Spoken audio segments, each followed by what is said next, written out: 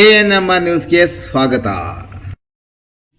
ಪ್ರಗತಿ ಸಂಯುಕ್ತ ಪ್ರೌಢಶಾಲೆಯಲ್ಲಿ ದಾಖಲಾತಿ ಪ್ರಾರಂಭ.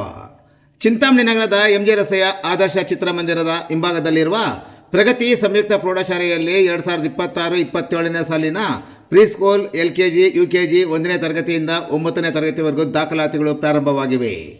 ನಮ್ಮಲ್ಲಿ ಯೋಗ, ಕರಾಟೆ, ಡ್ಯಾನ್ಸ್, ಕ್ರೀಡೆ ಮುಂತಾದ ಪಠ್ಯೇತರ ಮತ್ತು ಸಹ ಪಠ್ಯೇತರ ಚಟುವಟಿಕೆಗಳ ತರಬೇತಿಯನ್ನು ನೀಡಲಾಗುತ್ತದೆ.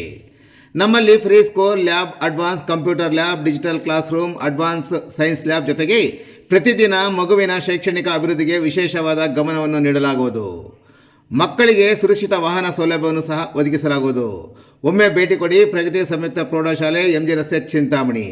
ಹೆಚ್ಚಿನ ವಿವರಗಳಿಗೆ 8772776567 ಮತ್ತು 9164976866 ಮೊಬೈಲ್ ಸಂಖ್ಯೆಗೆ ಸಂಪರ್ಕಿಸುವುದು.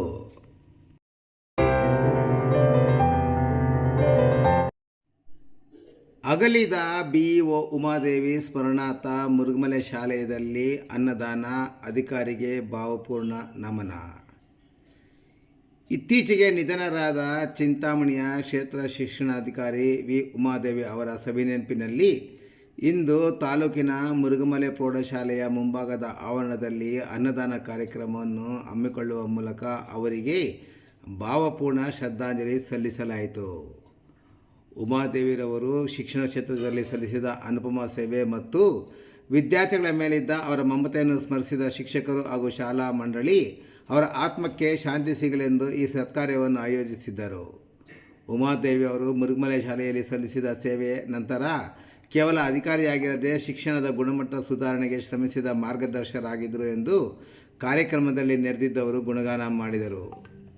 ಇನ್ನು ಶಾಲೆಯ ಆವರಣದಲ್ಲಿ ನಡೆದ ಈ ಕಾರ್ಯಕ್ರಮದಲ್ಲಿ ನೂರಾರು ವಿದ್ಯಾರ್ಥಿಗಳು, ಪೋಷಕರು ಹಾಗೂ ಸಾರ್ವಜನಿಕರಿಗೆ ಅನ್ನಪ್ರಸಾದ ವಿನಿಯೋಗಿಸಲಾಯಿತು. ನಮ್ಮ BEO ಮೇಡಮ್ ಅವರಿಗೆ ಮಕ್ಕಳೆಂದರೆ ಪಂಚಪ್ರಾಣ.